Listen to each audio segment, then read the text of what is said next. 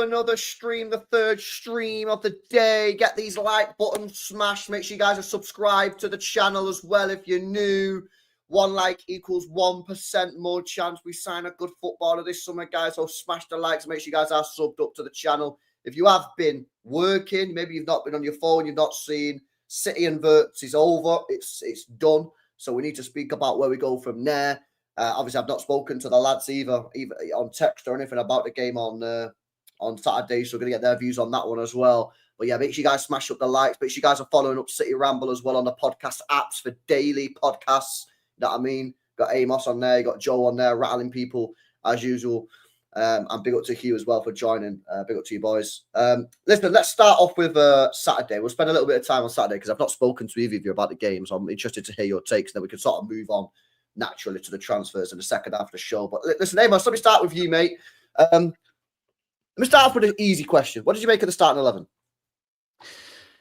I thought it was a bit weird. I thought it was a bit strange. You know, you look at that midfield and you go, well, where is the holding midfielder? And we've done that before in finals with Pep, haven't we? But that was at a time when I think man for man, the squad was much better. The players were much better. I'd say against Chelsea, we got a bit unlucky. I'd say against Palace, we got a bit unlucky, but I just felt like the setup, you had Kevin De Bruyne doing the doggy runs in midfield when his legs have already gone. You had a Kanji, sort of the tempo setter, spamming crosses into the box, overlapping when we've had Mateus Nunes, who's actually done a really good job at that. Haaland would have started him against Southampton. I knew he was going to start against Palace, but I thought it was very clear he wasn't fit and a bit of a ghost throughout the entire game. Just the entire day, to be honest. Not the day itself. What the day was class in terms of being in France, being on the beers in the sun in London and what. The actual game though, just like a comedy of errors. I thought just stunk the gaff out. Can I ask you a question about De Bruyne in that game? And I know it's kind of like I won't spend too long on it because I know he's leaving, but like that position that he played where he's like basically the quarterback, which kind of hate that phrase, but like the quarterback. I hear people like gassing it up. I actually think it's one of Kevin De Bruyne's worst positions to play because yes, he's got that odd, like lofty ball into the box, and we've seen it early on with the ball for Haaland. But I feel like it invites him to do the Hail Mary passes a lot. Yeah, like he ain't that player. I actually don't think it's his best position. I see a lot of people glaze it, say he ran the show, he was deep running the play. I actually thought like that is the worst place I actually like seeing Kevin De Bruyne. I want to see Kevin De Bruyne closer to the edge of that box. You know what I mean? Linking up the play, having shots off. But when he was like, there was times in that second half that he was splitting our two centre backs at times, and I just thought, nah, this ain't right. Now I know he's leaving, so I just thought I'd throw that out there because I was mad. Don't really like seeing him play that position. The thing is, I think he could have done a better job at that. If you surround him with, like, chucking, Kovacic, if he was available, he would have played, and I think that would have helped. But Nico Gonzalez is sat there. Get a lad who's going to do those tracking back, who's going to win the ball back, and you can simply pass it off to De Bruyne or your creative plays, whoever it might be.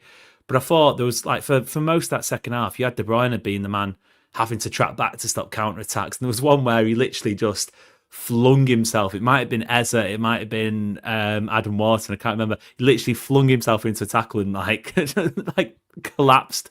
And I just thought, like, lad, this isn't how your final cup final should be going. So I thought Pep sold him down the river there. But the word people have been saying is like, on another day we win, but cup finals you don't get another day. I don't care how you win a cup final. You know what I mean? You go out and you win him. But I just thought City were really uninspiring for most parts of that game. Yeah, that's the word I used in my match reaction, uninspiring. Like, and I think, I've listened to a lot of people, I've seen a lot of people on Twitter, see what people are saying, and you've got to like put out the extremes on both sides. Yeah. You've got the people who literally don't give a fuck that we've lost and who just support the club and don't care that we lose a cup final. And then you get the people who are going crazy. You can sort of look at the people in the middle and say, what are the rational people saying? And, I listened to Big Steve on his channel, used similar terminology to what I used in my match reaction, just dull, you know what I mean, uninspired, sideways football, some call it crab football. And we need to sort this out, don't we, Hugh, mate, because it's been going on pretty much all season, really. Yeah, it's uninspiring is the word. Like, it's not there's something really wrong when you concede a goal like we did, first of all, and you kind of know the outcome of the game at that stage. Like you're fairly confident of who's going to take the cup home after going 1-0 down, based on City's track record and based on how we've played this week. I was annoyed at the starting 11, and I was annoyed after the first 5-10 minutes of watching City and how we're shaping up. I'm like, why have you thrown out a really fluid, well-functioning, well-oiled system that had been working for a number of weeks? Why have you thrown that out the window and shit the bed and completely switched it up to squeeze in, essentially just to squeeze in Erling Haaland, and you put a Kanji in there as well? It's a fucking pain to watch on the edge of the box. He just threw everything out the window. Like, I felt bad for De Bruyne. He was caught between a rock and a hard place. It's like I could see in him he was almost trying too hard to make this his last cup, and trying too hard to make this, a decent send-off for himself, and that was going against him. And then you had the fact of the matter that you said, where he's playing this fucking made-up quarterback role that people are nostalgic over for no reason. I don't know why. Kevin De Bruyne, he was never, like, his best attribute was never picking the ball up deep and going forward. He can do it. He could do it in his prime, but he's best around the edge of the box. And you've a lethal striker on the edge of the box. So put your man who's best on the edge of the box close to the guy who's good in the box. Because the guy who's good in the box, we can talk about the penalty in that, but he was fucking rubbish. I felt bad for him because he wasn't getting good service, but he was also poor. He doesn't get involved in the game enough. It was painful. It was painful. Do you think he disrespected Palace with that lineup? Do you think he potentially? It's like, yeah. It was like for me. It was like I was at the game, and I was at both games against Palace recently. The league game, the 5-2, and I was at the cup final on the weekend. The league game, the 5-2, could have easily been 3-0 Palace. Yeah, it went our way. It came out looking great. The scoreline flattered us. It could have been easily 3-0 Palace. If they got that third goal, for me that day, we were cooked. We were done. Yeah, Pep knows that. Pep's not dumb. He should have looked at that game and gone, okay, yeah, we won 5-2, and on the grand scheme of things, that looks great. But let's show them a little bit of respect here, because they could have easily absolutely spanked us in our place. And now they're coming to a cup final, their biggest game in their club's history, quite literally, and fair play to them for going and doing it. And we play like that. It's like, I don't know about any of you in the chat or either of you lads, but I was up in the top tier Wembley, so like fucking brilliant view of the pitch.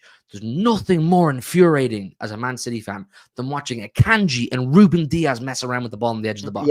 Yeah. You two have no need to be there. No fucking need to be there. Get back. Madness. Block tackles.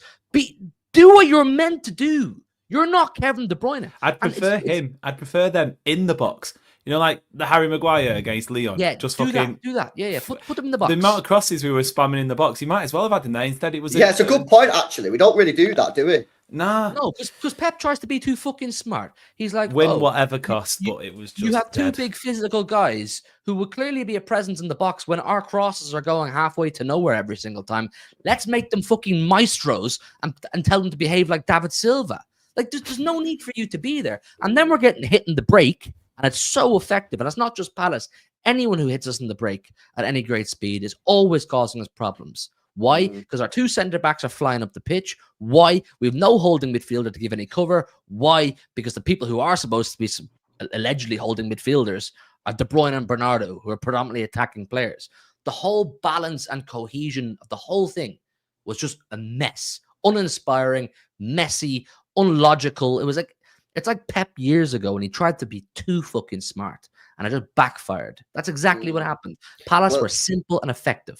Yeah. Well, it's quite interesting you say that, because I think that for me, I had a feeling after Southampton that Pep was going to force a Kanji in there, and I thought that was a mistake. I think Núñez has provided us with actual balance in our attack. He's provided us with a legitimate wide option.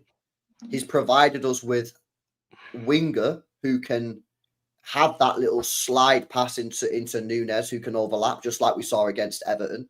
And I feel that was a huge mistake in dropping Núñez. And let's not pretend like we had to play Akanji, because Akanji was partially to blame for the goal anyway, because he switched off and should have been much more alive.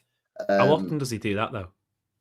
It's mate, mad. for me, I think Akanji's been absolutely shocking this year. I'll be real. You know, I mean, I I think think he was he's been shocking for 2 years, mate. I don't think he was any good last season either. I think he I peaked think, at the well, treble yeah, season. I think, yeah, no, he peaked in treble season. I think yes, last year obviously wasn't as good, but this year I think he's been awful, and I think he's just been forced in. I think Nunes should have played.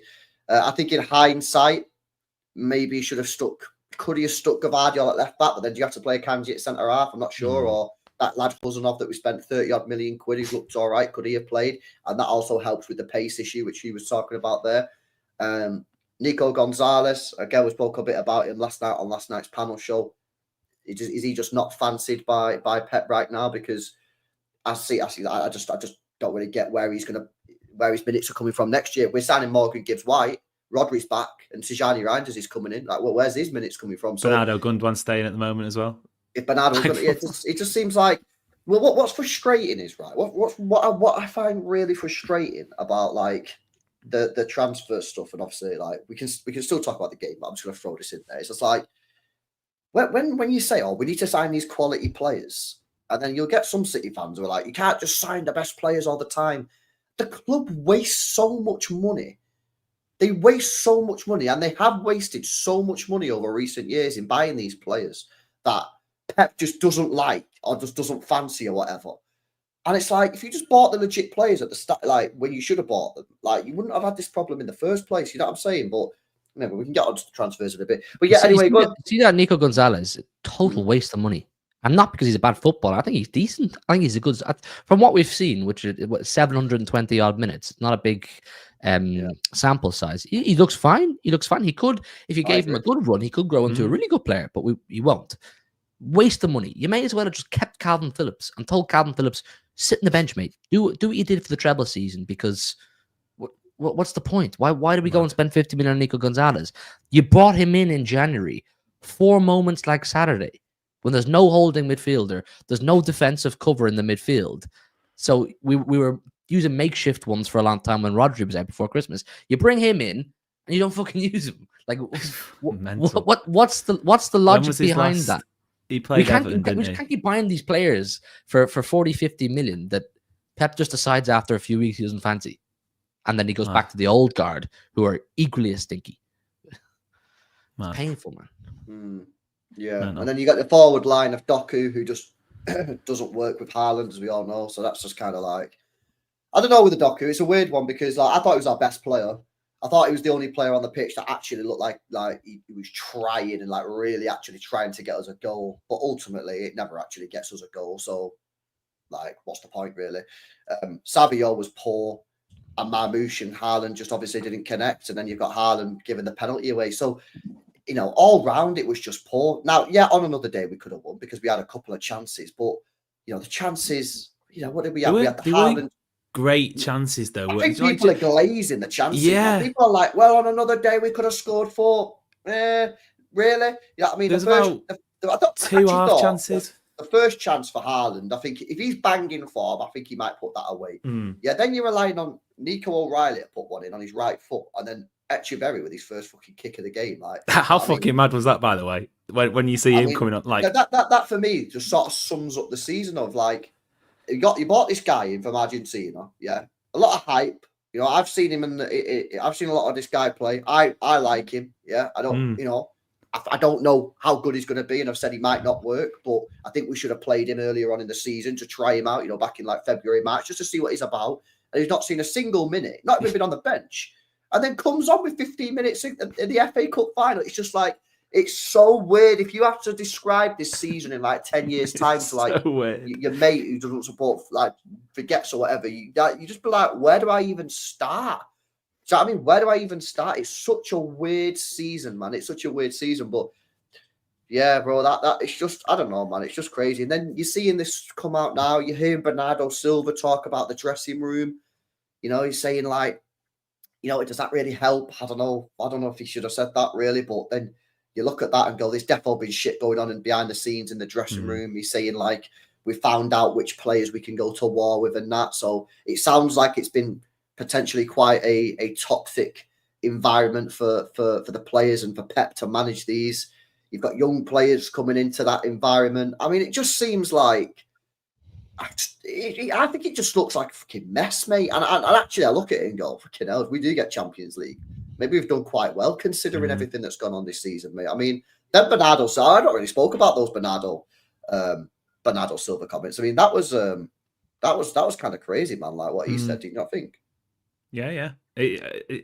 We've seen a lot of that. I think I was speaking to someone. We've got a City Ramble. We've got a Discord channel, and any watching this, make sure to join it. It's pretty sick. But we were speaking like we've never had this sort of the players coming out and sort of yapping, because we've never had to have it, because it's always been playing well, winning matches. But just like a peek behind the curtain for people who might not know, I'm 99% sure anyway, those Bernardo Silva comments were in what's called like the mix zone. So it's not the contractual interviews that players have to do after the games, like ITV or BBC or Sky, whatever. They're in when they leave the stadium, they can choose voluntarily to speak to the press. And most of the time, City players haven't done that.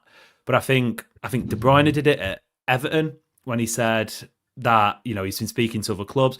I think Bernardo Silva's, Ruben Diaz has done about 15 this season. He's come out, back in the November, December time. So it's been pretty mad that we've seen City players speak so much. So that points towards something behind the scenes being like, there's a bit of a stink. I think we can say that now. Even now with Champions League, probably going to get it. It does feel like there's been a bit of a stink. Yeah, and I just look at that and go, because with Pep, right? It's like, I feel like Pep is a very difficult manager to understand from the outside, right? Because, and before anyone moans, I think he's got loads of shit wrong this year. I think it's probably been one of his worst seasons as a manager, right? There you go. There's the disclaimer. Now let me go back to the point. I think there's been a lot of shit that's gone in behind the scenes. A lot of stuff. Yeah. And I think part of it's probably due to Walker, if I'm being honest with you. And that's not me trying to pile on the guy. He's our captain and he left at January. So if you think that nothing went on at all, you think that he just decided he had enough, then I think you're being a bit naive. So I think there's probably been some shit there with Walker. Maybe there's something with Grealish. He's on £300,000 a week and you never see him. Who knows? And then you've got other players and other shit that's going on. So what I sit here, right? And this happened a few years ago when Laporte wasn't getting in the side. And was it 2021? Was it the Champions League, after the Champions League final in 2021? Yeah. It might have been, yeah. And Laporte wasn't getting in the side. And I remember doing streams and I remember saying, like, why the fuck is he not starting like Laporte and that? He's starting these fucking Ake at the back and it's not working. It's ridiculous. Blah, blah, blah, blah, blah. So he needs to fucking start these players. He wasn't playing Laporte. I was like, get him in the fucking side. And then he come out in a press conference and he said something along the lines of, I'm playing players that like are giving it everything. And at that point, I was like, got it. I got it. The players that are not playing are not trying, or they're giving you lip, or some shit's going on. Yeah. So I understood it, and then I never mentioned it again. Yeah, but the problem is this year is I feel like he's not really giving me much to like understand. I know that there's probably something going on, but I don't know that for sure. But he's not really come out in a press conference and let us know. Now, whether that's because he doesn't want to cause a scene because we've still got to fight for Champions League, and obviously for the football club it's so important, yeah, that obviously we get Champions League for the finances and shit, and just the fact that Pep Guardiola does not want to be playing in the Europa, managing in the Europa League, and maybe he doesn't want to like risk it or whatever. But I don't know, I feel like in a couple of years time that Martin Perrinal, yeah, will do another fucking book, and I feel like we'll read about this season, and I think we'll read the book and go, wow.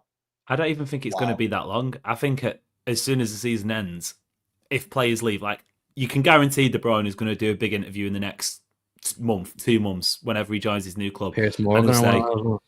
Yeah.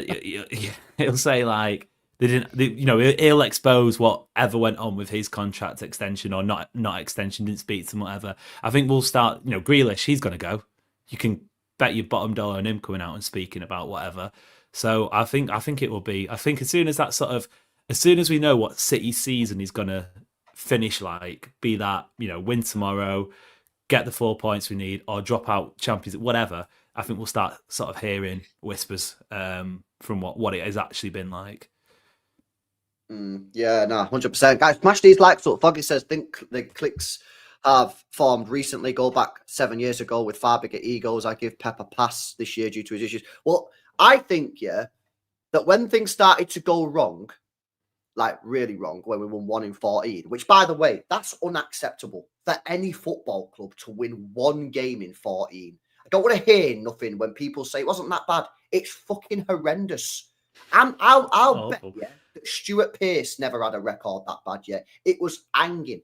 When you go for a phase like that, people, if they don't take responsibility, I feel like people start blaming other people. And I think at that point, and this is the thing, this is why I come back to Pep, is I don't know what that guy had to deal with in that dressing room during that period. And this is why I'm sort of like, I hear people's frustrations with Pep, and I have my frustrations with Pep. Yeah, everybody has their frustrations with Pep. I think some of the decision making this year's been fucking insane. I thought not starting Núñez at the weekend was crazy. I think the delay of Nico O'Reilly and McAtee and Echeverri has been ridiculous. However, I believe that the players are the issue. I believe the players are the issue. And I think the club know the players are the issue. I think Pep knows the players are the issue. And I think when we hopefully we get a good rebuilding. We'll come on to that in a few minutes' time. Hopefully we get a good rebuilding. I think Pep will sort it next season. But I feel like more than ever, I mean, I've been on this since October. Back in October, I was saying, I think it's the players. Yeah, get the players out. And more than ever, I am absolutely desperate for a clear out of this football club in the summer of these players. Yeah, and do you reckon we're going to get it though? Genuinely, like, as the longer it goes on, the more I think we might get 3 departures, maybe 4. Because like we saw today, I think there was someone saying Bernardo and Gundogan are going to stay. Look, I don't think they've necessarily been the biggest ones to blame. Bernardo's had a bit of a stinky season, but I'd say in the last month or 2, he's picked it up a bit. But Grealish, De Bruyne, Walker, maybe Ederson, Stones, maybe that's 5. How many of them are genuinely like the big issues, do you rate? I think for me, I think you've got to get rid. I think Kovacic has to go. Gundogan has to go. Bernardo should go. However, as bad as he's been this year, and I think he's been terrible, if I'm being honest. The way he speaks is like one of the only fucking leaders we've got in this team with the way he speaks. Now, I've got a major problem with how he performs on the football pitch because he offers me absolutely nothing. Right? He runs around, fairs. But he's the only player in that team that after a loss or a draw, I actually want to listen to, because everybody else, Diaz is horrendous at the moment with some of the shit that he's been coming out with. He's the only player that comes out after a game and says it how it is. Do you know what I'm saying? So footballing wise, I don't want to keep Bernardo, but he does. He says it how it is, and clearly he's not fucking afraid to talk, because what he said after the game at the weekend. He's set a fuse. He's set a match, mate. He's set a light big time with what he said. Now, I'm pretty sure some of them people in the dressing room are not going to be happy with Bernardo Silva. Yeah.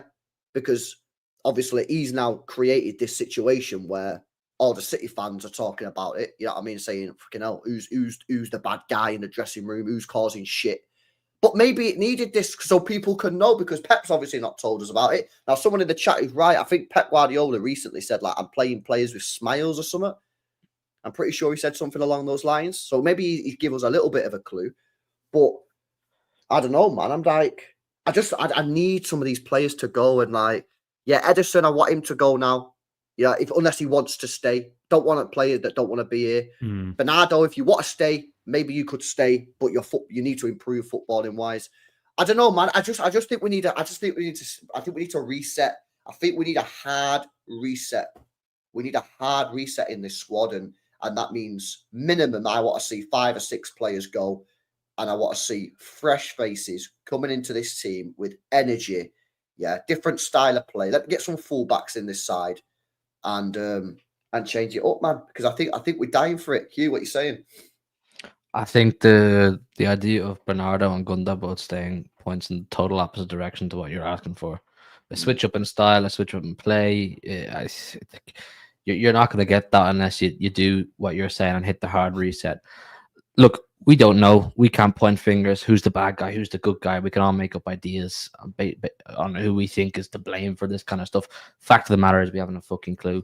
But it's the job of the management staff, the job of Pep, job of the board to nip it in the bud and get rid of who needs to be got rid of, even if they're one of the better footballers or they believe they're one of the better footballers. The morale and the attitude of the dressing room is so much more important than holding on to who has the best ability, in my opinion, because the whole thing looks stale right now.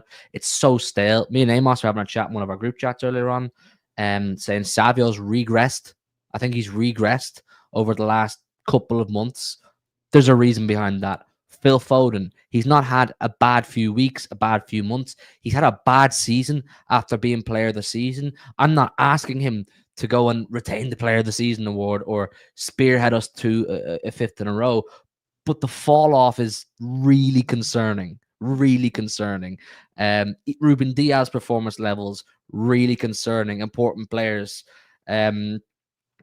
It's worrying. There's clearly a much bigger issue than just we're not playing well. We've had a bit of a fall off this season because I can handle fall off. I can handle not winning 5 in a row. I was never going into the season saying we must win 5 in a row. But watch the team week in, week out like we do. Watch body language week in, week out like we do. Spend an abnormal amount of time like we do watching interviews and things people are saying. And you'll get the gist. Some people are probably not happy with what's going on. Maybe this Kevin De Bruyne thing has gone on for longer than we were originally aware of, and he hasn't been happy. There's loads of ifs, buts, and maybes. You can all make conspiracies, but it's stale, and it's affecting players it shouldn't affect. It shouldn't affect Phil Foden. It shouldn't affect Savio. It shouldn't affect Erling Haaland, but it is. So he has to nip it in the bud, hit the reset button, get rid of who needs to be got rid of, and go again. I didn't want to see Gundo and Bernardo staying. It's time. Someone said in the chat, it's the end of a cycle. It is that too. It's a combination of a lot of things. So look, it's just frustrating. And then you get the news today about Wirtz as well. Like it's just come on, man. Let me ask you a question on because something that I often get challenged on when I say get rid of everyone is people say to me, you can't get rid of all the experience. Now, personally, I just think I don't care. Like I want these players gone. When you hear Bernardo Silva speak, right, does any part of you think he's a warrior? He died for this club. And maybe this year he's been bad, and he has been bad. Don't think anyone can glaze. He has been bad. Is there any part of you that thinks keep him around? Because the way he speaks, bro, is like fucking hell. I couldn't give a shit how he speaks. I know if I put you on after a loss, put you on for the last 5 minutes that cup final we've lost, you'll go on there and say it wouldn't have been the maddest thing Pep did, to be fair. Put LB will stand up on camera. LB go on BBC go, oh, we weren't good enough today. Obviously, some people, blah, blah, blah. I'm saying it how it is. Fact of the matter is, you're a rubbish footballer at that level, with all due respect. Do you know what I'm saying? I don't care what anyone says. I don't care about all this on-camera stuff and saying it how it is and, pointing out the obvious. You're not performing well enough either, Bernardo. You're not exactly a leader. You're not exactly driving us to win that cup. You're not exactly saving our season. He hasn't been a focal point. He hasn't been a shining light. I would rather 11 fucking mutes that say nothing, but they're on the pitch, they're doing it. Like David Silva, he would say nothing before or after a win or a loss. But on the pitch, he would do what he needs to do. He would lead. Bernardo's at the minute just a talker. I don't care. I love the guy for what he's done for years. But these people aren't above criticism. Pep's not above criticism. You can talk about mistakes he's made and things you think he's done wrong on the weekend.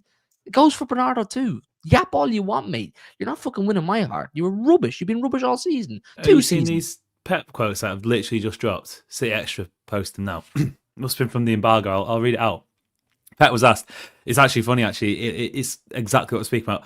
Pet was asked whether he'll lean on Man City's experienced players this week. He said, yeah, of course, but sometimes look at Claudio Echeverri, for example. He played good, right? 3 or 4 chances every time he ran to the box was dangerous. Why? Because he has no past. His mind is clean, not to defend anything. What he's done in the past, maybe in 2-3 years it'll be different. When everyone arrives, you're clean, and after you demand more status, that's a bit of waffle because it's positive for him. Gift to be here. Prove he can play in the Premier League. Will he be here or not next season? I don't know. We'll be here to help him. We'll try. This is the situation. Holy fuck! There's a lot to unpack there. Can I just intervene before we fully do unpack that? Just because you brought it to my attention, I was talking about it going stale and everyone looking stale. The kid came on and he added something. Whatever about missing that chance, I'm not gonna give out about the kid for doing that.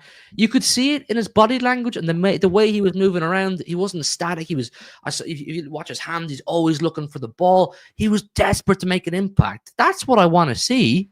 I don't want to see players coming out telling me how unhappy they are after the game and what they want. I was impressed by him. Obviously, it's a tiny sample size, but his attitude was absolutely excellent when he came on that pitch. He came on knowing his back was against the wall. It wasn't going to be a good opportunity for him to look good, but he made the most of it.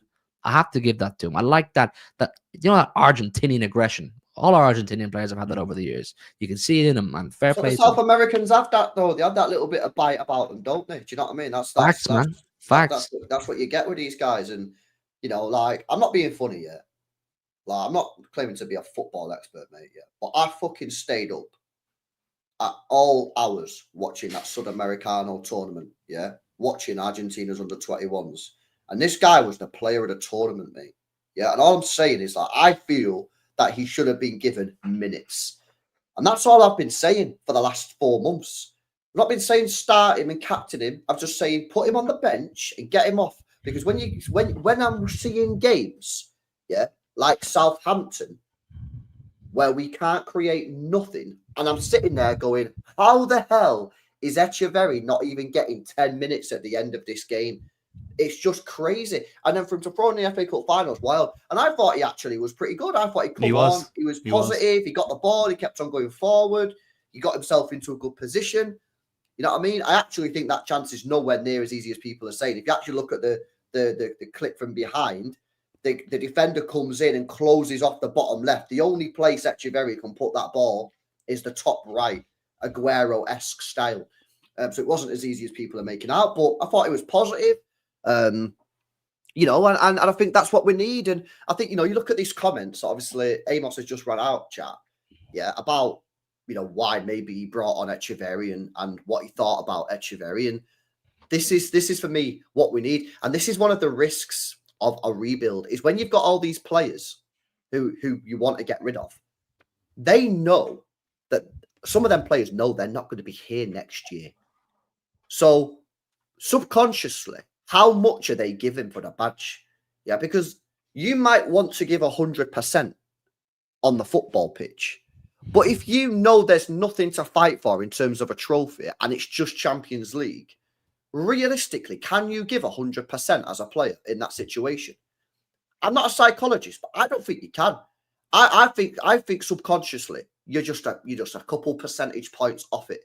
And at this level, that makes a huge difference. And they're the fine margins. The simple one is, if imagine they get injured and they're robbed of however much signing on bonus and move to a club. It's simple, innit? Like if you know you're not going to be here in a month's time, you're not going to be chucking yourself about. You're not going to be wanting to sort of quote unquote die for the badge. It's just like it's just pure simplicity about it. It's mad. Yeah, what do we think about these comments then? What? So let me go through this again. So he said, whether we'll lean on Man City's experienced players this week. Obviously, 2 games, we need 4 points, chat. Yeah, of course. But sometimes look at Claudio Echeverri. He played good, right? So I think that's quite interesting how Pep Guardiola has been asked specifically about experienced players, and the first thing he's mentioned is Claudio Echeverri. I think that's quite interesting. 3 or 4 chances every time he went to the box, dangerous. Why? He has no past. His mind is clean. He's trying not to defend anything or what he's done in the past. Maybe in 2 to 3 years it will be different. when everybody arrives, you're clean and you demand more status, you know. That's why he played good, because it's positive for him. It's a gift for him to be here, and he's trying to prove he can play in the Premier League. Will he be here on next year? I don't know, but we'll be here to help him. We'll try. This is the situation.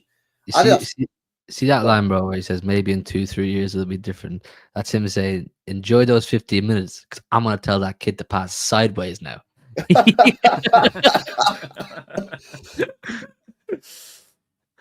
you see that tweet? Someone said Echeverry coming on and trying to get asking for the ball in the pocket. It's like, no, we don't do that here. We don't do that here. I saw it, man. Funny. Would you lean on the experience for tomorrow, or would you stick with Nico? Would you throw Echeverry in for a start? I mean, it's a big game. I mean, is that something that we can do? Can we throw Echeverry in for a game like this? I'd be surprised, man. I wouldn't hate it, but I'd be surprised. But this is why, Amos, I've been moaning about it all for 4 months, because had we have seen him off the bench for 10 minutes here, 15 minutes here, 10 minutes here, we might be in a better position to say, yeah, throw him in tomorrow. But we've seen 15 minutes of him and he looked decent. And now we're like, we just don't know. This is why I get frustrated that we've not seen him. Do you know what I mean? And I really think that, like, I think Pep should have fucking played him, man, or at least put him on the bench. It's crazy. You know, you heard Bernardo Silva speak about him. He said the players couldn't believe how good he was. That's what Bernardo Silva said in an interview. He said about Echeverry, the players were shocked at how good Echeverry was. Yeah, he's fucking mint, mate. Played a tournament, Sudamericano. Guy was cooking on gas. You know what I'm saying? I understood why when he first came in, like, he wasn't, chucked straight in, because young lad, never played in Europe. To be honest, if you'd have told me that he didn't make his debut at all this season, I'd have probably said that had been my guess. When he was named, I think it was Southampton, when he was named on the bench, I was like, yeah, this is just a bit of lip service, basically, because rotated team, blah, blah. I was actually pretty shocked when he was named in the squad for the FA Cup final. Fucking hell, I couldn't believe it when I see him lining up to come on. But, like, the thing is now, I think that Southampton result, we can look back on it and, at the time we're thinking, oh, it's in isolation, we'll go do Palace, we'll win the cup, whatever. But that has been such, I think, a proper momentum swinger. And you've got, obviously, because it was such a handbrake turn, you wanted to get Haaland back into the team, it just clearly didn't work, and then that sort of carried over to the Palace game, and now go back to it, City should have had top 4, top 5 wrapped up months ago, but it is what it is. Yeah, City found a bit of rhythm.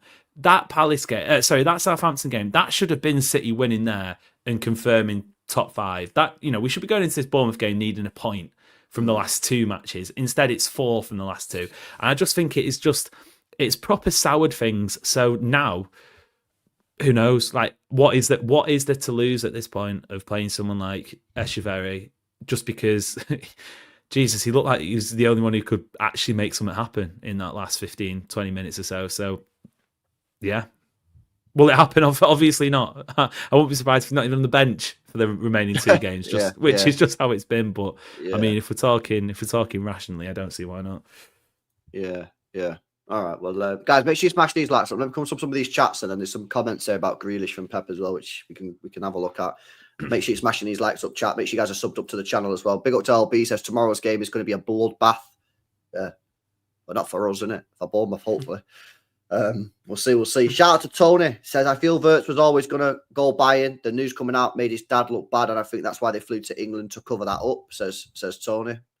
It's looking like that might be right, to be honest with you, mate. I think you might be spot on there, unfortunately, because it looks like we got played. Big up to Miami, says, way to stand in a fire on Potsy's stream. Listen, you got to hold smoke when you got to hold smoke, bro. I've given a lot of shit out. Yeah, you got cooked. It's one of them. I took it easy, you know what I mean? It is what it is. I dished it out enough over the years. I can take it. It's fine. Yep. Shout out to Faisal, says, don't pursue a 10 for the sake of buying. Well, I'll get the lads' opinions on that in a second, so bear with us, Faisal. Shout out to Matt, he says, we need to sign. Yeah, get out of here, man. Yeah, I told you before. Stop trying to bait me on these streams, man, when we're in a fucking crisis. You know what I'm saying? Come back in the treble year, man, and do that. Yeah, it's funny times, isn't it? When we're all happy clapping, everything's going well. Yeah, not when we're fucking trying to work out how we solve our season. Fucking, go be playing Europa League football, mate. Play Ruben Kazan next year. Yeah, stop with these, man. We'll be there. Yeah. Also, I don't want to fucking get clips and put on Twitter for these fucking things, so don't stop that, man. I appreciate the £2 donation anyway. Still. So someone had you recently, didn't they? Didn't someone get you recently? A couple of weeks ago, a couple of months ago, someone got you good, man. Who was? Is someone who's here regularly? Someone in the chat. That's Sai guy. Sai always fucking at it, man. Someone got you good, man. Oh yeah, this Jack guy sent me a big up Jack. Yeah, he sent me a chat this morning, but I obviously don't know anything. I said I'd ask you when you're on tonight. What's this guy saying?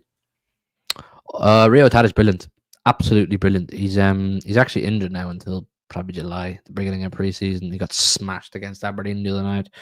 He's brilliant. I think he'd absolutely tear up the Premier League. He's technically insane. I'm going to be fully honest here. I believe he's streets ahead of Martin Odegaard. That's how highly I'd rate him. There's not many players in that Celtic squad I could say could make the jump to a big Premier League club, but Rio Tadic. The two of them, Dyson Maeda and Rio Tadic, either of them could absolutely cook. The pair of them, excellent against Bayern Munich, Aston Villa, maybe with Leipzig as well. He's brilliant at Tadic. I'd have him at City in a heartbeat. He cost you 25 million as well. There you go. Big up, Jack. Go watch comps. Go watch comps, people. Trust me. Go watch the comps, man. Go to YouTube, bro. Watch the comps, innit? Big up you for answering that. Big up Benno says, I think there's a few unhappy lads and it's cancerous. It is cancerous, especially when the lads are like big personalities. Again, we don't know who they are, you know what I mean? But you know, I think we know one or two of them. Big up Tinsay says, calling it will be finished if this Pep stays. Pep will reinvent himself, bro. That's my opinion. If you give him new players, better players, I think Pep reinvents Man City next year. That's my backing, is my personal opinion, Tinsay, but we'll see in it. He also said this about Jack Grealish, who obviously is on £300,000 a week, never plays. I didn't talk with Grealish about his future. It belongs to the agents and the club and Tiki, Hugo Viana as well. What's going to happen is going to start to happen, but he had minutes, has to come back to start to play again. I mean, he's been fit for ages. You don't pick him, mate. You know what I mean?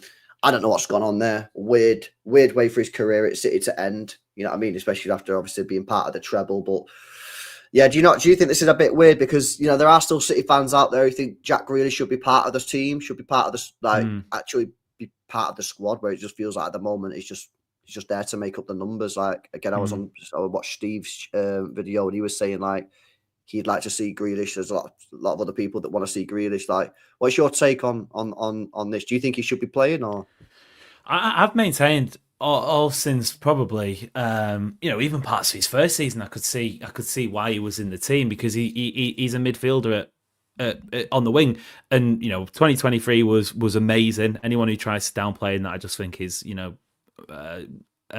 sort of confirmation bias. Since then, though, it's just not been good enough, and I think more than anything, it's not ability wise. He's a really good footballer. It's just in his head. The weird thing with this, that since this and this has come out, is the lack of opportunity. I think is telling in a way, because look, if he was on the bench in some situations but was coming on, you could get it. There have been times where City have needed a player like him to come off the bench, a 1-goal lead. I think Wolves, for example, when it just started getting a bit shaky with the last 10 minutes to go, bring him on. Like he would have in any other season. He was on the bench, but he was nowhere to be seen. So I think that's kind of been telling over the last few weeks. Like, again, how random was it that he started against Forest? Mad. And then I don't think we've seen him since. So look, it's never been an ability thing with Jack Grealish. If you think he's a bad footballer, then sorry, I think that's on you. But it's been the way he applies himself, the way his sort of mental side of things is. Again, we don't know behind the scenes. It's mad. It is mad. It's a shame, because the talent's there, man. The talent's absolutely there. And I think whenever he goes next, I think being unleashed from the shackles of what is undoubtedly a high pressure situation at City, I think he'll do well, but clearly not up to it. when push has come to shove. But I think that's an important point, because I think when you play for City, or you play for Madrid or Barca, or you've seen it at United, even though the shit, the high pressure, I think you need more than quality. You need to be able to handle the pressure. You need to be able to handle the relentless schedule, day in, day out training, games every 3 days. If you don't win a game, that could be a season over. You know what I mean? Because you go in, this is the high pressure stakes. And I know some fans don't want to get involved in that, but the facts of the matter is, this club is trying to win every trophy. Pep Guardiola is not here to finish in the top 4 and win nothing. Now, if you're a fan and you don't care about winning and you're just happy to watch, that's chill, that's fine. You can support the club however you want, but you cannot argue with me when I say Pep Guardiola is here to win every single trophy, and so is Khaldoon, and so is Sheikh, and everybody at that club, in my opinion. So the pressures from within the football club are brutal, are relentless, and I think you've got to be very mentally strong to be able to cope with that. Not just a quality issue, and maybe he struggled with that aspect. I don't know, man, but listen, it is what it is. He's obviously going at the end of the year. I actually feel that he's got quite lucky in a way, because I think that the mainstream media has just not spoke about it at all. And I feel he's likable. He and look, by all accounts, he's an absolute gem. And I see a few people sort of speaking about his off the pitch tendencies, but I'd say, without going into it too much, a lot of footballers are similar in that sense. I don't think you can't really point the finger at that, because that's the lifestyle of a footballer, really. It's here. If you can't, whenever you turn up to training or on a match day, you can't apply yourself like that, then, especially with Guardiola, you cannot have passengers. We've seen that loads of times. So I think, you're right in that sense. He has definitely, from some quarters, got it off easy, but is what it is, isn't it? Like, another aspect to this really bizarre season. He's definitely a confidence player, Jack. And I think he suffers very bad with his confidence. I think when his confidence is low, it's very low, and when it's high, it's very high. I think he finds it hard to find a good balance, and get into a rhythm. I think he got into that rhythm in the treble season, and he held it really well. But other than that, you get glimpses throughout the season 2 or 3 times generally of him looking good. He was good there a couple of weeks ago at one stage. He was impacting well, and then he'll just drop off again. Like, you all know, I love Jack Grealish, absolutely do, but in some ways he reminds me a little bit of Raheem Sterling. I felt Sterling was a big confidence player too. Like, when Sterling was confident, he was fucking brilliant, but when he wasn't feeling good about himself, them players need to play every week, don't they, basically? And unless you're De Bruyne or David Silva or Rodri, in a Pep team, you've got to be a stupid level of footballer to have that, where you've got that protection. I think you if you played Grealish every week, and probably through the middle every week, you'd eventually get a really, really good Jack Grealish. But at City, you're not going to be afforded to have 2 or 3 bad games in a row. If he has 2 or 3 bad games in a row at, with all due respect, Tottenham, Villa, Palace, it probably goes under the radar for the most part. And then when he starts playing good again, everyone's talking about him again. Same with Eze. Eze has bad games every now and again. Sometimes they'll go on for a few weeks, but then he'll find form again, and you go, oh, he is an absolutely brilliant player. But I think we can kind of unanimously agree, at City, you're just not going to get afforded that time. For clubs in general who are pushing for the biggest honors every season, you're not going to get given a month where you're not performing well. And that's why players like De Bruyne have lasted as long as they have. Players like David Silva last as long as they did, because their levels, their quality levels, were so consistent for so long. And that gets underappreciated, Yeah. Moments are talked about, but maintain 7 to 10 levels out of 10 for weeks and months and years. It's mental, man. But he's a great footballer. He is. I think football-wise, ability-wise, he's one of the most gifted in the squad. But as Amos said, it's all up here, mate. It's all up here. Let me ask you, because we're going to wrap up in a minute, right? Let me ask you about this Wirtz thing then that's dropped today. I want to hear your guys' take on it. How much does this impact the rebuild? Is City finished, as some people are suggesting? And where do you think City should look next? There was a comment, super chat earlier that come through. City shouldn't force a purchase of a number 10 for purchasing sake. If you can't get the right 10, get another 8 is a potential suggestion. Amos, I'll come to you. What do you think about this Wirtz thing? Did you expect it? And where should City go now? It wasn't a surprise, but I think we got a bit giddy last week, didn't we, when talk of the parents coming to Manchester. And look, we don't know the true story. We don't know where it was. It might have just been sort of twerking for a rival, trying to get terms, whatever. It's happened now. Does it impact the rebuild? Yeah, of course it does, because we're losing who I still think Kevin De Bruyne is the best creator in the team. We're losing him right now. We don't have anybody on the wings, in attack, in midfield who can do that. Wirtz is the next best thing out of players who are available. You know, you never get in Musiala. You never get in Cole Palmer. You never get in Bukayo. You know, these sort of players who would come in and get 25 goals and assists a season. So yeah, of course it impacts it, but I don't think it's terminal in the sense that it's Wirtz or bust, because what I think City will have to do now is they'll have to try and address the issue in different parts. And one thing that I've spoke about, and I know people on our podcast as well have spoke about it. You can look at PSG's midfield, for example. What is it? João Neves, Vitinha, Fabian Ruiz. They aren't high volume creators. They're not chipping in with the 20 goals and assists you need per season. Instead, they get it from the wings, and you get high productive forwards and attackers. So I wouldn't be surprised now if the next move is Reinders, Morgan Gibbs-White, sound. There's your midfield. Go and get a winger who's going to do that business for you. I wouldn't be surprised if we start seeing movement on that. Rodrigo, this is good. I mean, Rodrigo. I would love that. But potentially we could look at him. Yeah, I think you've got to spread everything around, man. Like, we need to get back to a position where the numbers are spread evenly in terms of like chance creation and goals. And at the moment, I feel like I couldn't, though, because you're always saying you have to build a team around Haaland. You have to build a team around Haaland. Yeah. How do you strike the balance of you're always looking to get Haaland, you're always looking to get Haaland for a game on the end, and also spread the goals around? I think that's really hard to do. Probably harder said than done. I think it's a quality issue. I think it's a quality issue with the players. I don't think the players that we have are good enough.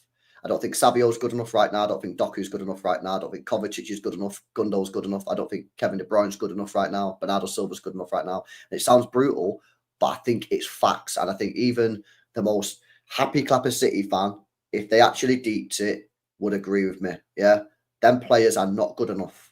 Yeah, we used to have Mahrez, could create chance for Haaland and score. Yeah, the midfielders that year was Rodri, could score goals. Did he score 15 goals that year or something? Rodri. He got like 12 assists, 15 goals or some shit like that. Gundogan in his prime could score an assist. Kevin De Bruyne in his prime could score an assist. Foden that year was good as well. We had Cancelo for the first 6 months playing at left back who could score an assist. Yeah. So we had better players. The fact is, these players, and this is why I've said since October, when we started that run after 3 games, we're in trouble, because I clocked it. I clocked it early. These players are not good players. And that's why I've said Pep's made bare errors, but I think this is a player issue. Do not rate these players, man. This is why I need 5, 6, 7 of them gone. You get better players. And that's up to the board to get that sorted. So out of the younger players, if you had your own way, who would you get rid of? Now, if you were told, LB, you can get rid of who you want, old or young, where are you going with it?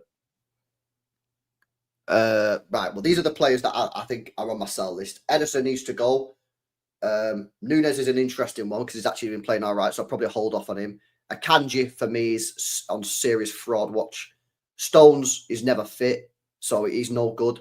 Ake, probably keep him for another year, but again, got problems with him. Midfield, Gundogan, gone. Bernardo, gone. Kovacic, gone. Doku, gone. And the only reason I say get rid of Doku is because he does not work with Haaland. It is not a Doku issue. It's he does not work with Erling Haaland. So you got to get rid of one of them. You're going to get rid of Haaland. You're going to get rid of Doku. Doku does not work with Haaland. Now, maybe getting Morgan Gibbs-White and Reinders, maybe it'll click next season with Doku. But if it doesn't, It'll be gone next year. 100% Yeah. it'll be gone next year because Doku cannot assist Haaland for love nor money. Let me do this chat. It definitely has to be next year with Doku. And look, I think Doku has a part to play in this squad. I think his assets are something that City don't have. And in truth, European football, you just look at the dribbles graphs, the take-on graphs, whatever. But my issue with that is right now, he is not Manchester City starting 11 quality because the evidence is in front of us. Unfortunately, from the off, it isn't working. He's a great player to have in your squad, and in big matches, him coming off the bench can cause some very much wanted chaos. And to be fair, he doesn't know how to see out a game. He has got really strong this season. Savinho, look, I think second season is where we sort of do the judging there. Started off really well. To be fair, he has serviced Haaland much better than Doku on the opposite side, but the last 3 months have just been, like we said before, Hugh, it just feels like there's been a bit of regression there. Who knows what Oscar Bob does? I'm going to say I think people are possibly hyping that up a bit too much because even before he got injured, we'd seen him, 4 or 5 Premier League matches, and don't get me wrong, they were good. Pre-season, it was good. But when push comes to shove, is he going to be the guy to do it? We simply don't know. Grealish is gone, so probably going to need another forward in there unless Foden takes up a wing spot, which again, with Wirtz going, means that he'll probably have to play in midfield. So I think there's some serious business that needs to be done because right now, like you say, the players, if you want to be serious next year and the next year after that, just simply not good enough. Interesting. Let me go through some of these chats before we wrap it up. Chat. Make sure you guys smash these likes up as well. Shout out to Matty, says Pep hasn't talked to Grealish, not talked to KDB, not talked to Haaland, Marmoush about the penalty. Does he not talk to the players about anything? I don't know. Yeah, someone said that to me on Twitter before. Actually, like, what are they having any chats at all? Are they talking to each other at all? It's mad. I've thought about this a lot this year. Do you guys think Pep is a man manager? Do you think on a day-to-day basis he's interacting with individuals and giving them the treatment that he thinks is best to get the best out of them, or is it all just you're bought into me? Nah, I think his assistant coaches do that. To be honest, I think his assistant coach is the guy, which is why I think I'd have to go back and actually look at it. But I don't think it's a surprise that we've had more success with like Joan Marwar compared to a different assistant coach. I think they're the guys who sort the training ground out, speak to the players, gauge the feeling. I think Pep is fully match day. This is how we're prepping. This is how we're coaching. Do you think it would help though if Pep was able to lead into this season? More? Fuck me, yeah. I think it would. Yeah, maybe. But then that might take away the way he manages in terms of the coaching and what's brought so much success to the football club over the last few years. You never know. True. You don't know. Yeah. But to answer the question, I'm with Amos. I don't think he is that guy. You know what I mean? I don't think he strikes me as a school principal, someone you just probably never really talk to, but you're all kind of fearing him a little bit. You know what I mean? Yeah, and if you piss him off, you're finished. Yeah. You are absolutely finished. No second chances. Nah. Because for him, he lives and breathes football, yeah? So I feel like if you don't live and breathe football as a player, right? For example, maybe let's just say Grealish. Maybe he's someone that doesn't do that because maybe he does go out too much or whatever. Let's just speculate because he's not playing, so something's fucking gone on. I just don't think he gives a fuck. I think he's just like, well, nah.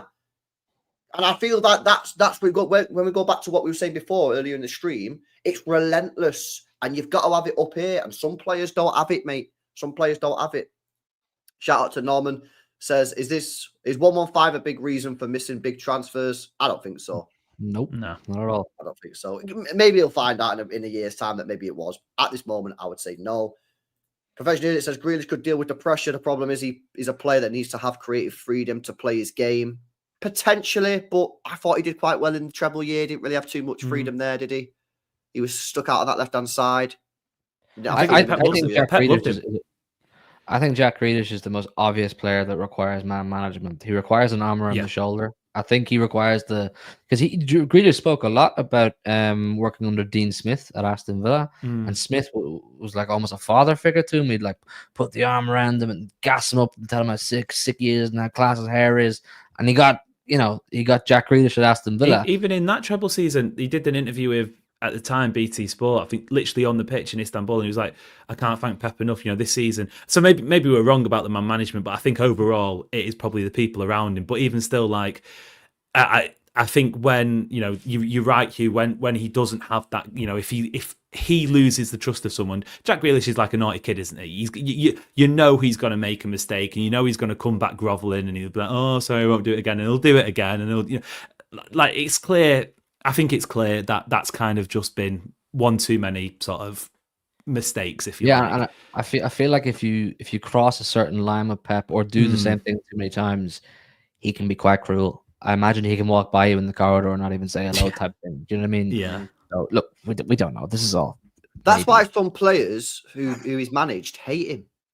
Yeah. Because they just think he's a dick.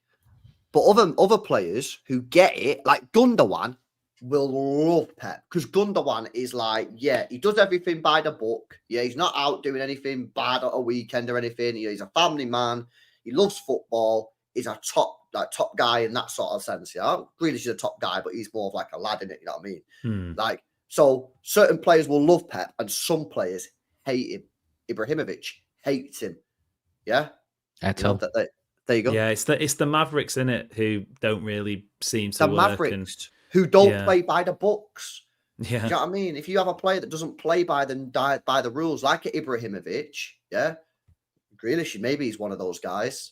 They're probably not gonna like it. So Henry didn't am I right in saying Henry wasn't mad about playing under Pep as well? I think Henry. Henry got it. I just don't think he enjoyed the style. He enjoyed it. He was at the end of his career, really, wasn't he? When he came in, Yaya Toure, someone saying in the chat, is a big one. Like, you can see them too. Yeah, Cancelo. Yeah, exactly. I think as well, players that have won shit. Sorry, Amos, I know we're going to wrap up in a second. Players who won stuff earlier in their career and then get managed by Pep, I think they also struggle. Yeah, and I think that's a perfect example of why it didn't quite work out with him at Bayern Munich, because they won the treble, didn't they, that year? He's come in and tried to change it up, and they've gone, "What are you doing?" But then they get fucking spanked by Real Madrid because they changed the system, because the players were happy. And now I was just saying it then on the stream. Then the players come out, and didn't they? They went to Pep, and I think it was Bastian Schweinsteiger. Was it him? Or was it Cruz? One of the two said they went to Pep afterwards and said, "We actually made a mistake. We shouldn't have done that." Because the players went to Pep and said, "We want to go back to playing the way we were playing before you came." They did that. They got beat by Real Madrid, and the Bayern Munich players have come out after that, in interviews years on, and said we all agreed afterwards that we massively made a mistake. But why did they do that? Why? Because they'd already won. So when Pep's coming in telling you to do something, you're like, "I'm a winner. You don't need to tell me this."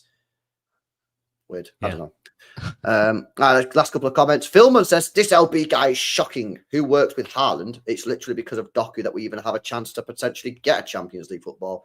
Okay, bro. First of all, this is not a Doku. It's not a Doku hate. First of all, people, you need to listen to what I'm saying. I'm not saying Doku's a bad footballer. I am saying he does not work with Haaland. Who works with Haaland? Haaland's got 30 goals this year, and he's shit year. And this is his worst year. He's got 30 goals. Doku's assisted, I think, 1 or 2. Doku does not work with Haaland. I have said plenty of times, I don't know if this is the first time you've watched, I think the Doku issue is a coaching issue as much as it is a Doku issue. But if Doku can't connect with Haaland and he can't connect with anybody else, then the take-ons are great, but ultimately it leads to nothing. So I think next year for Doku is a massive year for him. He needs to be able to connect. I think Doku's fan club is remarkable. They're proper ride or die for him. It's like any minor criticism, they come at you like, I can't remember the last time we had a player like this. I was going to say, you know what, Hugh? I think he is more divisive than Raheem Sterling, because it only got dicey with Sterling towards the end of his City career, when it was like one game was great, 5 were bad. That's when it started getting. Raheem Sterling 2018 to 2020 was one of the best wingers in the world. But I can't remember a City player with Doku where like the split is like the spectrum. Either end of the spectrum is so mad. But you're not allowed to fall in between. No, which I think I do. I genuinely think he's got good traits. I get parts from both sides of the argument, but whichever one I kind of feel on the day that I put forward. I get flamed by the other side of the defense. Yeah. It's the same. And you know what's funny about that, Amos, right? I did a watch along of Doku before. I do the scout alongs. Whenever we link with a player, I always do a watch along. I did a scout along of Doku at Stade Rennes. I said in that watch along, this guy's going to get the Sterling treatment because of the way he played. I called it before we'd even signed the guy. Exactly what you just said, because of the way that he plays. The way that he plays football is extremely divisive. If you're a fan of Jack Grealish, you're going to hate Doku. If you're a fan of Doku, you're going to hate Grealish, because not many people like that guy and like that guy, because they're completely different type of wingers. Do you get what I'm saying? The weird thing is they work really well together as well. You know, the odd occasion we've seen them play together, because they are yin and yang. They give the best of both worlds. You've got one controller, you've got one sort of chaos merchant, whatever you want to call him. Some of the best content, man. Some of the best content on Twitter and on YouTube is from Joby having this fight with people. My boy. If I had £1 for every time that guy tried to tell someone that just because I don't like, or because I like Grealish doesn't mean I hate Doku, or two things can't coexist type of thing. He's at war all the time. I tune into these shit to his panel show because I want to hear him talk about Doku and see how much fire it causes. It's unbelievable, that guy. So good. Big up Joe, man. He's great. Yeah. All right. There's a couple of comments on the Doku thing, and then we will wrap up. That's because we're watching this guy actually take people on. He tries to create. How is it his fault if everybody around him is static? Okay, so you got two options, right? You got two options here. One, you coach the players better, or two, you drop Doku. But the answer is not just to keep playing Doku and not changing anything. You've got to change one, which is why I've said loads of times, which people don't listen to, it's as much a coaching issue as it is a Doku issue. But the answer to it is not just to ignore it and do nothing. You either have to coach the players better to actually move. That means Haaland, sometimes you want to go to the near post, not just the back post. And we need to get players into the box. Maybe that's going to be Gibbs White. But if we don't do that next season, you can't just keep Doku and be like, well, it's not Doku's fault in his third year. And then keep him in 2027, 2028, 2029, doing the same thing. At some point, you have to make a decision. But it's as much a coaching issue as a Doku problem. And I've said the same thing. Boom in there is saying exactly the same thing. I agree completely. It's a coaching issue just as much as it's a Doku issue. Right, last couple of super chats, and then we'll get out of it. Shout out to Outdoor, says Morgan Gibbs White, Reinders, and Rodrigo for now. Shark emoji says Benj. I'm down for that. I'm down for that. 100%. It's a really good window, if you ask me. If you get those three, I think that's a really good window. You need two fullbacks as well on top of that, by the way. In an attacking sense, and maybe a keeper. Maybe a keeper. Yeah, maybe a manager. Ake and Stones leaves, you might need a centre half. Fucking hell. How's it come to this, man? Jesus. I know, it's crazy. It is honestly. For some of you who don't seem to get my sarcasm sometimes, that was a total joke. Joke. I was not being serious. Yeah. Oh man, go on. Shout out Camaro says actually Messi, Cherky, Rodrigo would feed families. I think Cherky is just a fucking cheap option, which we should just defo get, in my opinion. Fuck it. 30 million. Just do it. What's the deal with him, man? He's clearly a really talented player, but I don't want him. Apparently, it's a weird one, man. It's a weird one, man. He's got issues. He's got fucking 34 G&A is what I know he's got. He's got more G&A this year than our whole fucking wingers, attacking midfielders combined. Yeah, I'll take his fucking issues. Or what? He's late for training. Who gives a shit? He's getting me 20 assists. He's getting me 20 assists. I'm sick and tired of this woke nonsense that's coming to football about attitude problems. What? Who gives a fuck? He's getting 20 assists, mate. Yeah, apparently Aguero, was a terrible trainer. Terrible trainer. Who cares, bro? Who cares if he's a terrible trainer? The guy was scoring 25, 30 goals a season. Hazard. Who cares? Hazard was a dead trainer. Who cares? I want players to perform. What you want a player, to perform Monday, Tuesday, Wednesday at 12 o'clock in training, who nobody sees, and then turns up on the pitch and he's crap. Or do you want a player that trains, he's a bit late, he doesn't eat the food, sometimes he has too much pasta and that, a bit too much fucking sauce. He has 3 sugars in a cup of tea instead of 1. Who cares, man, if he's banging goals in? Nah, this has got to stop, man. This has to stop. You're a boomer, bro. You're a boomer. Every time I see someone who's a mint player, And they go, well, why is this guy not being signed by anyone? He's got attitude problems. What is going on, bro? I've got wingers who can't get more than 7 goals combined in a full season. And I'm being told I'm not allowed jerky because he's late to training, man. Nah, get out of here. Get out of here. That's good, man. I agree. I think you're old school, man. Those days are gone. You need nowadays the player has to be a model professional and has to tick every single box under the sun. Whereas the players who are rough around the edges are often the best players. Facts. Shout out Ahmad says good thing this season exposed the plastics. It is quite amusing actually going through Twitter after a big event and see what people are saying. It's one of my enjoyments of the day. Shout out, bro. Shout out to Dean Karl as well. Says, I'm not super docky, but there's no player with his ability to ball in Europe. That's credit in the bank. Stats back it up, and the eye test does as well. Completely agree. He's phenomenal. I don't think I've ever seen a player like Doku in terms of his take on ability. No. But if you don't have a player on the end of it, it's completely irrelevant. Other than the fact it's cool to watch, and it's kind of funny because you're watching City against Palace, and you're like, we're just shit. We're not going to score a goal. I think that's part of it, man. I think it is the fact that when you tune in, like you know you're going to. You in fact you don't know what you're going to get because that's part of the appeal with someone like Jeremy Doku. He's going to get the ball and he's going to be like, you don't know where he's going to go, you don't know who he's going to spin, sometimes you kind of know that he's going to spam across and it's going to get cleared, but that sort of bit where he gets the ball, it is like the intake of breath in the stadium, you do feel it, but it's after that, man. It's after that, it's just gotta, if you can sort that out, I think everyone's in agreement, then lights out. I don't know, man. I think he's a bit too Alan St. Maximan or Traore for me. It's that mould, isn't it? But even those guys, Traore ripped City to shreds when he played for Wolves. He was an entertainer. Just completely an entertainer. Yeah, absolutely. Big up Harley. Final super chat. Big up Snoopy. Says Cherky says he has a release clause. The club say he doesn't.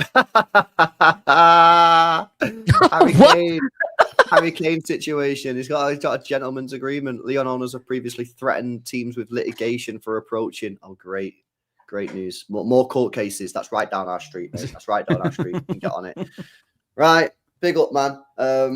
Big up to Amos. Guys can check him out at the City Ramble podcast. These guys do daily podcasts, by the way, on all the podcast apps, and they upload some stuff to YouTube as well. Their link is in the description of the video, so make sure you're checking that out as well. Butters is on there, who obviously comes on the panel shows. Big up Amos for jumping on. I'm sorry it went over. No, man, all good.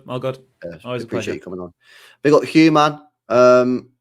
What you saying, bro? I was gonna say you're coming back over, but there's only one game left, and it's tomorrow, isn't it? So I'm going. I'm going to it. Are you going? Yeah. Yeah. Fuck. Oh, I told you my voice note on Saturday. I'm no plastic. You're plastic. Bro, for real. Bit of blue on blue to end the stream. I didn't even. Oh, did you listen to the voice note that I sent you on Saturday when you called me an ignorant bastard on my story? What? Have you still got it now? Have you still got it now? I didn't. Yeah, you will do. Yeah, I wouldn't do that to you. He did. He saw my story of me drinking cans at Hampstead Heath. No, that's because you was ignorant. Actually, yeah, that is right. I messaged you on WhatsApp and said, "Where are you?" He ignored me, chat, and then on Instagram, he's uploading Instagram stories. Yeah, that's rude, that, isn't it?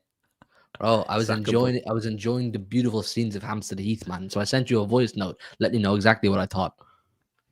Couldn't even respond to your mate. No, but wallahi, I didn't even see it. Bro, come on, man. You defo seen it, bro. How do you go on your phone and go on Instagram yet not see your WhatsApp? Bro, I got messages off. Bro, do you know who I am, man? Fabrizio follows me. Fabrizio follows me, man. Kick him. Get him out of there. No, send him home.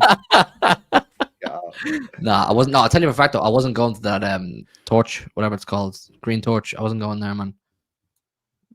Green man's the other one. The torch is the thing. That looked packed out, did it? Oh, yo, check this, right? Last thing, we were listen to this. City next year, and if we sneak top 4, yeah, and get to the semi of the Europa League, you can say that's been a successful season. And that's City next year, isn't it? If we sneak top 4 next season and get to the semi-final of the Europa League, that's a good season. Shout out Chris. Big up Chris for the membership. Appreciate the support. On that note, we will wrap it up. 2 other streams for you today if you want to go check them out. So go take a look if you've not done so already. Smash the likes. Make sure you guys are subscribed. Make sure you guys check out City Ramble podcast Link in description on that as well. And we'll see you next week, man. Peace out.